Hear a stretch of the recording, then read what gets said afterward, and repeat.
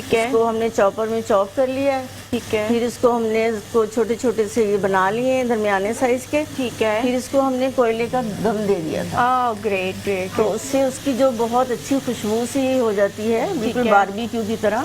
صحیح ہے. تو وہ بہت مزیدار ہوتی ہے. اس میں ابھی ہمارا کتنا ٹائم درکار ہوگا؟ اس میں ہمارا 5 سے 10 منٹ بس میں ہم کمپلیٹ ہو جائے گا انشاءاللہ. ٹھیک ہے جی، ڈن ہو گیا. تو ہم یہاں سے چیزیں ریموو کر سکتے ہیں جو ہمارے ایمٹی باؤل ہو چکے ہیں؟ جی ہاں، یہ ڈن ہو گیا. ہم یہاں پہ رکھ دیتے ہیں اور تاکہ یہ جو ہے پراٹھوں کے ساتھ سحری میں کھائیں گے تو بہت مزیدار ہے. زبردست ہو گیا جی. آپ کو ریسیپی بالکل سمجھ آئی ہوگی اور یہ کچھ یونیک سا بننے جا رہا ہے اور ہم ضرور آپ کو بھی دکھائیں گے، دکھا بھی رہے ہیں بلکہ ساتھ ساتھ. بڑے مزے کی ڈش ہو رہی ہے. ایک کہہ سکتے ہیں جھٹ پٹ ہے. اس کا طریقہ یہ ہے کہ آپ نے اگر سیخ کباب جو ہے بنا کے اچھے سے فریج میں رکھ دیے ہیں، اس کو ڈیفروز کر دیا ہے تو جی سوری فریزر میں رکھ دیے ہیں تو جی آپ پھر صرف گریوی آپ کو ریڈی کرنی ہے اور جھٹ پٹ سے آپ شیلو فرائی کر لینا ہے. ہاں اچھا ویسے شیلو فرائی کر کے بھی رکھ سکتے ہیں. اور اس کو جسٹ ہم نے نکالا اوون میں گرم کیا اور جسٹ ہم نے جو ہے وہ اس کو گریوی کے اندر ایڈ کر دیا. بلکہ گرم کرنے کی بھی ضرورت نہیں. آئی گیس کہ جب ہم گریوی بنائیں گے تو آپ اوپر سے ڈال دیتے ہیں. گرم ہو جائے. صحیح ہے جی. بالکل کوفتہ کری آپ نے بالکل کھائی ہوگی. تو اب سیخ کباب کری بھی ہم آپ کو دکھا رہے ہیں کہ کس طرح سے بنتی ہے.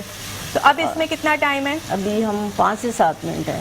صحیح ہے. اچھا آپ آن لائن کام کرتی ہیں فوڈ کا؟ جی آن لائن بھی کرتی ہوں اور میرا یوٹیوب پہ چینل ہے یور شیف. زبردست ہو گیا. یہ تو بہترین ہو گیا. تو اچھا اس کے اندر جو ہے کتنا ٹائم پورے پروسیس میں تقریباً آدھا گھنٹہ لگ جاتا ہے.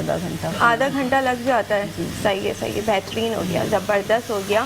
تو اچھا سالٹ وغیرہ آپ نے پرفیکٹلی ڈالا ہے. اوپر سے ایڈ کرنے کی ضرورت نہیں کیونکہ سیخ کباب کے اندر بھی جو ہے وہ سالٹ ہوگا تو آپ نے تھوڑا سا چیک کر کے ڈالنا ہے. ٹھیک ہے جی. کری میں تھوڑا سا سالٹ ہے. ٹھیک ہے بس صحیح ہے. وہ اس کے اندر ہم نے ایڈ ہو گیا نا تو وہ پرفیکٹ ہو جائے گا. ڈن ہو گیا جی. ڈن ہو گیا. آئی گیس کہ ہم اس کے اندر سیخ کباب ایڈ کر دیتے ہیں کیونکہ اس کی جو گریوی ہے وہ ہاف بلکہ آلموسٹ کوک ہو چکی ہے. Done done done. اب اس کو ہم اس کے اندر کوئی پانی کی نیڈ ہے؟ واٹر ڈالنا ہے؟ جی تھوڑا سا ڈالنا ہے. تھوڑا سا ڈالنا ہے آپ نے. میں آپ کو آدھا کپ پانی. ٹھیک ہے میں یہاں پہ دے دیتی ہوں آپ کو واٹر.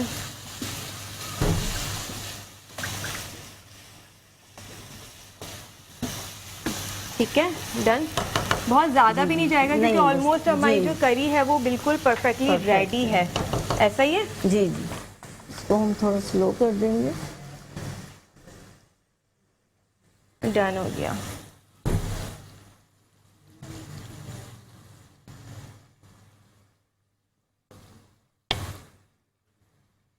یہ جی بڑے مزے کی خوشبو آ رہی ہے. بہت ہی مزے کی کڑھائی جو ہے وہ لگ رہی ہے. مجھے کڑھائی کہہ لیں آپ یا کری کہہ لیں, سیخ کباب کری کہہ لیں, یہ بہت مزے کی اروما اس کا جو آ رہا ہے, خوشبو بہت اچھی آ رہی ہے.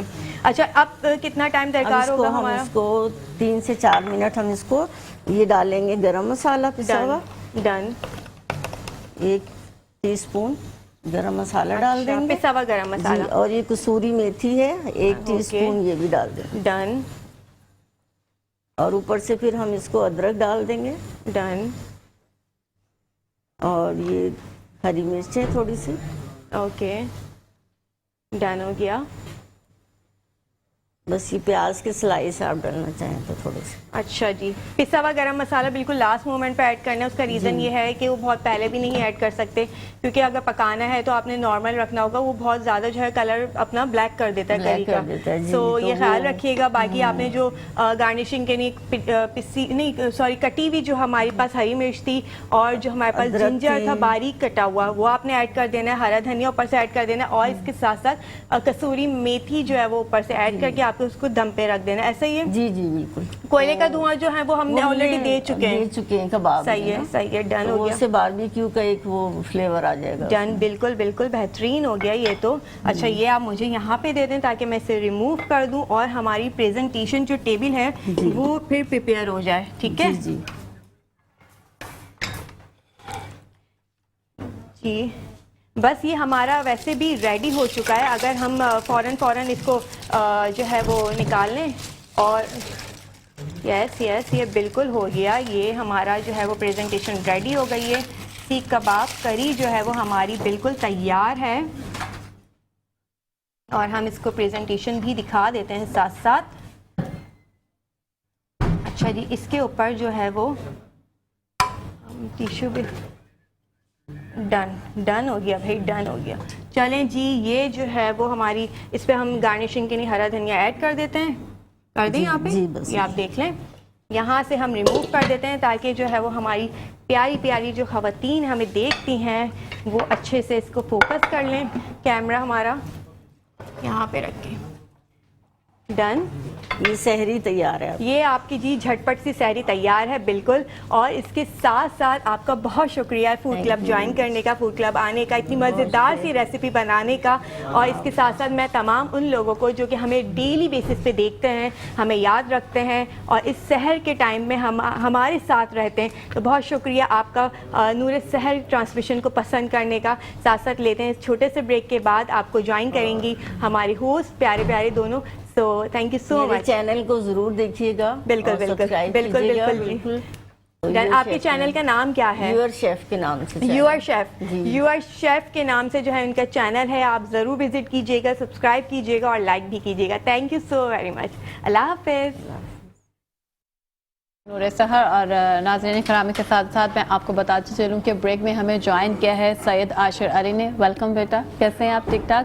اور اس کے ساتھ ہی ہماری نعت خواہ سعدیہ اسلم جو ہے بہت دیر سے ویٹ کر رہی ہیں، ان کی طرف چلتے ہیں، وہ نعت جو ہے وہ پڑھنے کی سعادت حاصل کریں گے. جی سعدیہ اسلم.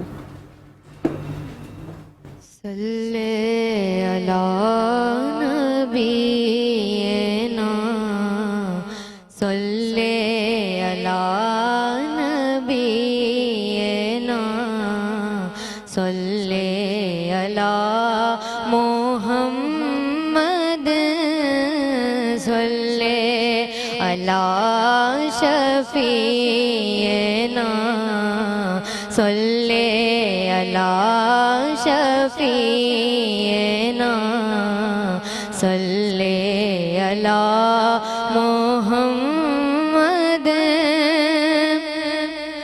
آپ کو دیکھتا رہا، آپ کو دیکھتا رہا، صلی علی، صلی علی، صلی علی، صلی علی، صلی علی، صلی علی، صلی علی، صلی علی. آپ کو دیکھتا رہا، سجدے کا ہوش کس کو تھا، ایک نماز ہو گئی واللہ، ایک نماز ہو گئی، ایک نماز رہ گئی.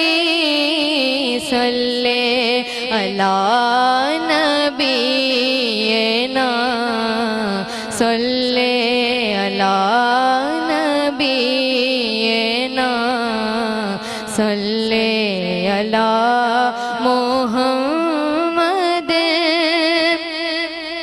آپ کو دیکھا بانٹتے، آپ کو دیکھا بانٹتے، تو میں نے بھی بڑھ کے شوق سے دستے عطا کے سامنے، دستے عطا کے سامنے، دستے طلب بڑھا دیا.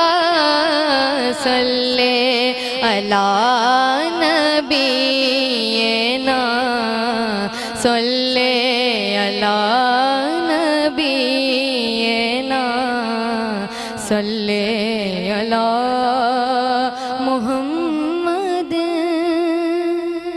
تو ماشاءاللہ جیتے رہیے، سلامت رہیے. اور اس کے ساتھ ہی جو ہے وہ علامہ مفتی صاحب آپ کی طرف آؤں گی. قبلہ کی تبدیلی کیسے ہوئی تھی؟ جی بسم اللہ الرحمن الرحیم. قد نرا تقلب وجہک فی السماء. نبی مہربان صلی اللہ علیہ وسلم کی پہلی خواہش یہی تھی کہ مسلمان قبلہ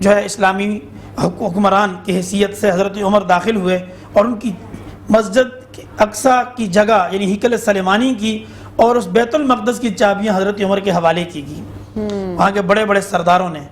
اس کے بعد سے یہ مسلمانوں کے پاس ہے اور باقاعدہ اس کے اوپر ایک ایگریمنٹ ہوا اور یہ کہ عیسائیوں کو اور یہودیوں کو یہاں آنے دیا جائے گا, وہ عبادت کر سکیں گے, لیکن یہ مرکز مسلمانوں کا ہے کیونکہ اب دین جو آفاقی دین ہے دنیا میں وہ صرف اسلام ہے. لیکن اس کے بعد ایک عرصہ دراز مسلمانوں کے پاس رہے, پھر سلطان صلاح الدین ایوبی رحمہ اللہ نے دوبارہ انہیں جو ہے حاصل کیا. بدقسمتی سے ایک عرصے سے جب قائد اعظم محمد علی جناح علیہ الرحمہ تحریک پاکستان چلا رہے تھے, اسی وقت انہوں نے یہ بھی فرمایا تھا پاکستان بنانے کے بعد کہ ہم اس ارض مقدس میں کسی اور ریاست کو تسلیم نہیں کر سکتے, یہاں ہمارا قبلہ اول ہے. وہی قبلہ اول مسلمانوں کی یوں سمجھیں کہ ایمانی مرکز آج اس پر جو درندگی ایک عرصے سے ایک قابض اور ایک صہیونی ریاست کی طرف سے سامنے آ رہی ہے, یہ ایک دو دن کا مسئلہ نہیں ہے بلکہ یہ 1948 سے اب تک کا مسئلہ ہے اور مسلسل وہاں لوگوں پر جو ہے ان کی زندگی تنگ کر دی گئی ہے. پچھلے رمضان میں بھی ناصر فیصل بھائی یہی دن تھے اور اب بھی یہی دن ہیں. اس رمضان میں بھی وہاں نمازیوں پر حملہ آور ہو کر انہیں گرفتار کرنا, انہیں اٹھا کے لے جانا, انہیں زخمی کرنا, اور شاید یہی وجہ تھی کہ رمضان کے مہینے میں ہی امام خمینی نے یہ اعلان کیا تھا کہ ہم القدس منائیں گے. القدس اس لیے منائیں گے حجۃ الوداع کو, آخری جمعے کو, تاکہ پوری دنیا کے اندر ان کی مظلومیت کا اظہار ہو اور اس کے ساتھ یکجہتی اور اتحاد کی ایک صورت بنے.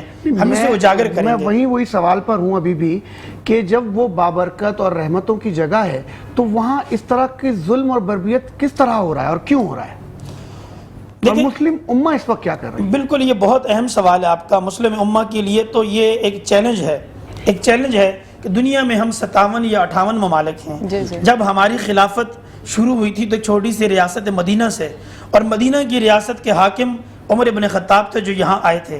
اس کے بعد سلطان صلاح الدین ایوبی آئے تھے. آج دنیا کی 57 ممالک اور الحمدللہ ہماری افواج جو ہے اس کے لیے جو کشمیر میں کوششیں کر رہی ہے, اس طریقے سے ہمارے دیگر جو مسلم افواج ہیں ان کے حوالے سے اور بات ہوگی, موجود ہیں. ہمارے پاس طاقت موجود ہے, لیکن ہمارے پاس کوئی لیڈر نہیں ہے جو ہمیں لیڈ کرے دنیا کے اندر, پوری امت کو بحیثیت امت مسلمہ لیڈ کرے اور قبلہ اول کو آزادی دلائے.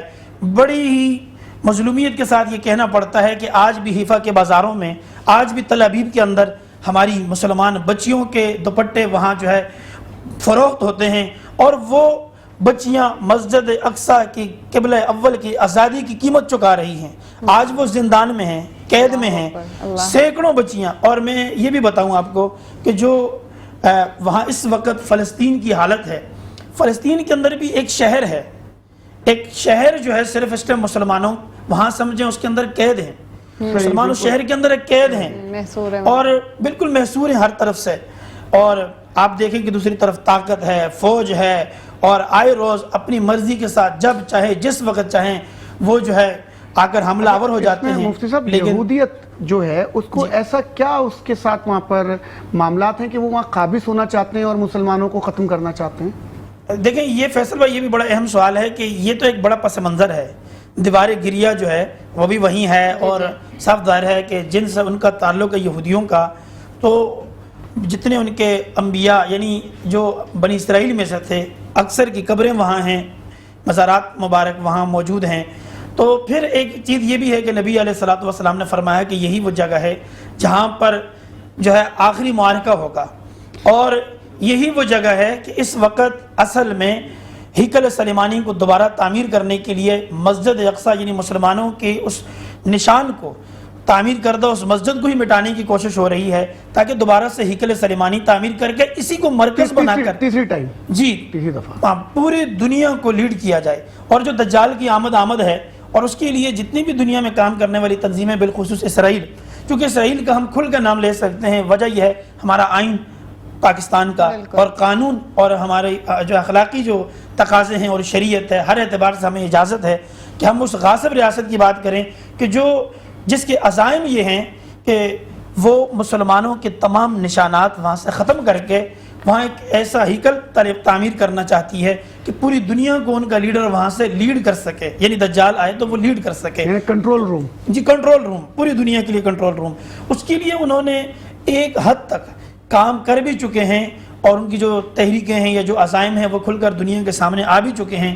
لیکن بدقسمتی سے غزہ کے وہ مسلمان مظلوم لوگ، جو غزہ ایک محصور ہے جس کے حوالے سے میں بھی کہہ رہا تھا، وہ اٹھتے ہیں اور ان کے پاس غلیلے ہیں، اور غلیلوں کے ساتھ اللہ کی مدد اور نصرت کے علاوہ اور کچھ بھی نہیں ہے ان کے پاس، وہ غلیلوں سے فائر کرتے ہیں. میرے خیال میں یہ 80 کے بعد جو ہے وہاں جو حملہ ہوا تھا اس حوالے سے ایک سابق جو ہے پارلیمنٹیرین جو ہے اسرائیلی، وہ خاتون لکھتی ہیں کہ اس رات، جس رات اسرائیل نے مسجد اقصیٰ یعنی قبلہ اول پہ حملہ آور ہونا تھا، اس رات ہم چین سے سو نہیں سکے. ہم پوری رات یہ سوچتے رہے کہ صبح اسرائیل صفحہ ہستی سے مٹ چکا ہوگا، صبح اس طرح سے ہم کریں گے کہ پوری دنیا کی مسلم فوجیں جو ہے گھیرے ہوئی ہوں گی ہمیں، اور نہ جانے پتہ نہیں کیا کچھ ہو چکا ہوگا. ان کے ذہن میں ایوبی اور خلافت عثمانیہ اور عمر ابن خطاب کے وہ نقوش باقی تھے. لیکن کہتی ہیں رات سب سے زیادہ غم کی رات تھی ہمارے لیے، اور اس صبح سے زیادہ کوئی خوشی کی صبح بھی ہمارے لیے نہیں تھی، کہ ہم جب صبح بیدار ہوئے ہم نے دیکھا کہ پوری دنیا کے مسلمان حکمران طاقتور لوگ خاموشی کی نیند جو ہے لمبی چادر تان کے سوئے ہوئے تھے، اور کسی کے کانوں پر جوں بھی نہیں لگی تھی. یہی مفتی وہی تھے ہمارے لوگ، اور ہم آگے بڑھے کہ جو مسلمانوں پہ ظلم ہو رہا ہے، بربریت ہو رہی ہے، اس کی وجہ کیا ہے؟ ہم مسلمانوں کی آپس میں نا اتفاقی.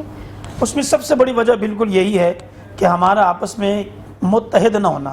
دیکھیں ڈیوائیڈ اینڈ رول کے تحت ہمیں فرقوں میں، مسلکوں میں، فقہوں میں، مختلف جہتوں میں بانٹ دیا گیا ہے. اور اس میں اس سے بھی نیچے اگر دیکھوں تو ہمیں مختلف لسانی گروہوں میں، صوبائی، علاقائی، مختلف سطحوں پہ بانٹ دیا گیا ہے. اب دیکھیں کہ قرآن مجید سورہ قصص کے اندر اللہ تعالیٰ فرعون جیسے جابر اور ظالم بادشاہ کا ذکر کرتے ہوئے فرماتے ہیں کہ وہ پہلا بادشاہ تھا جس نے اپنی قوم کو ڈیوائیڈ اینڈ رول کے تحت مختلف حصوں میں تقسیم کیا تھا، تاکہ ان مظلوموں کی کوئی منظم قوت سامنے نہ آ سکے جس سے میرے اقتدار کو خطرہ ہو.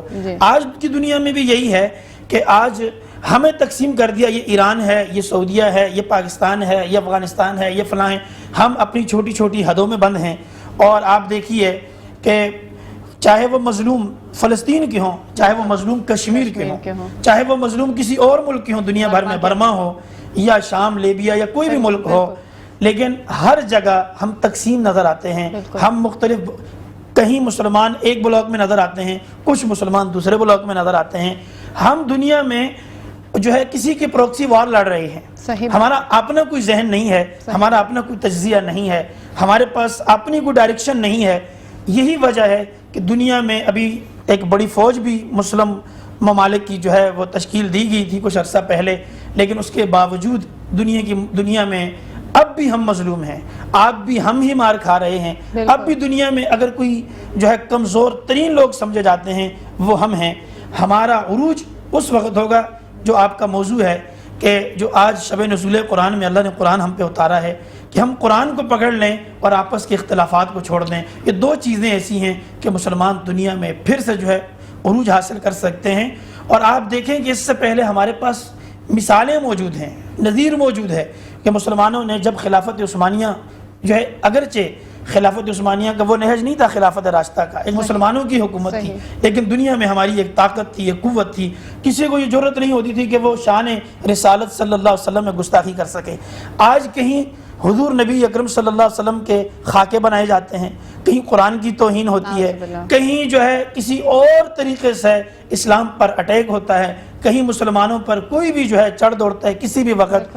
لیکن دنیا میں کوئی آواز نہیں ہے، کوئی فورم نہیں ہے ہمارے پاس. اچھا جتنے بھی فورم ہیں ان تمام فورم پر ہماری آواز یا تو پہنچتی نہیں ہے آواز، یا پھر اس طریقے سے آواز میں جان نہیں ہوتی کہ ہم اپنی آواز پہنچا سکیں. میں آج کی اس مبارک رات میں اور ان مبارک لمحات میں جہاں ہم القدس کا ذکر کر رہے ہیں، میں اللہ تعالیٰ سے بھی یہ دعا کرتا ہوں اور اپنے ناظرین سے بھی، اور یہ جو ہے آپ کے نور سحر کے توسط سے، کہ خدا کے لیے ہم اپنے سارے فقہی، مسلکی، مذہبی اختلافات کو بلا کر ہم شیعہ، سنی، دیوبندی، بریلوی، اہل حدیث سارے چکروں سے نکل کر ہم مسلمان بن جائیں. ہم مسلمان بن کر دنیا میں جو ہے پھر سے اپنی اس عزت اور عظمت رفتہ کو بحال کرنے میں جو ہے ہم کوشش کریں، ہم آگے بڑھیں.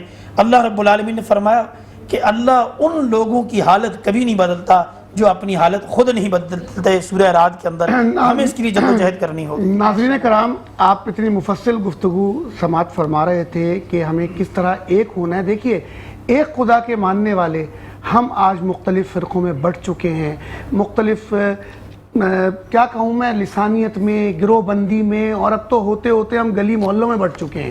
تو ہمیں ایک خدا کو ماننا ہے، ایک کتاب ایک ہے، ہماری رسول ہمارے ایک ہے، تو پھر یہ فروعی مسائل پہ جھگڑے کس بات کے؟ مجھے جو یاد آ رہا ہے کہ جیسے کہ فرمان ہے کہ اللہ کی رسی کو مضبوطی سے تھام لو، آپس میں تفرقہ نہ کرو. لیکن ہم لوگ اس کے اپوزٹ کر رہے جا رہے ہیں. یعنی ہمیں قرآن اور جو احادیث مبارکہ ہیں، رسول پاک صلی اللہ علیہ وسلم کی باتیں ہیں، انہیں مضبوطی سے تھامنا ہوگا اور ساتھ ہی اہل بیت کو فالو کرنا ہوگا. تب کہیں جا کر ہم اپنے ایک یونٹی قائم کر سکتے ہیں. اور اب نعت رسول مقبول کا وقت ہوا چاہتا ہے تو آپ اناؤنس جی. کیجئے. سید عاشر علی، آپ سے میں درخواست کرتی ہوں کہ آپ نعت رسول مقبول جو ہے وہ پیش کیجئے، اور ساتھ ہی ساتھ جب آپ بریک پہ جائیں گے تو اس کے بعد آپ جو ہے ہمارا سیگمنٹ علم و آگاہی دیکھ سکیں گے. جبھی میری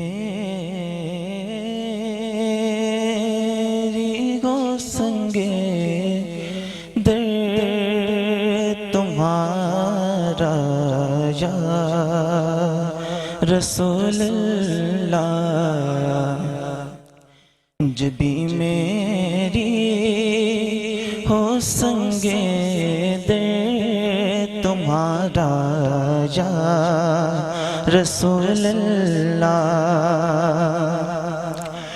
جبھی میری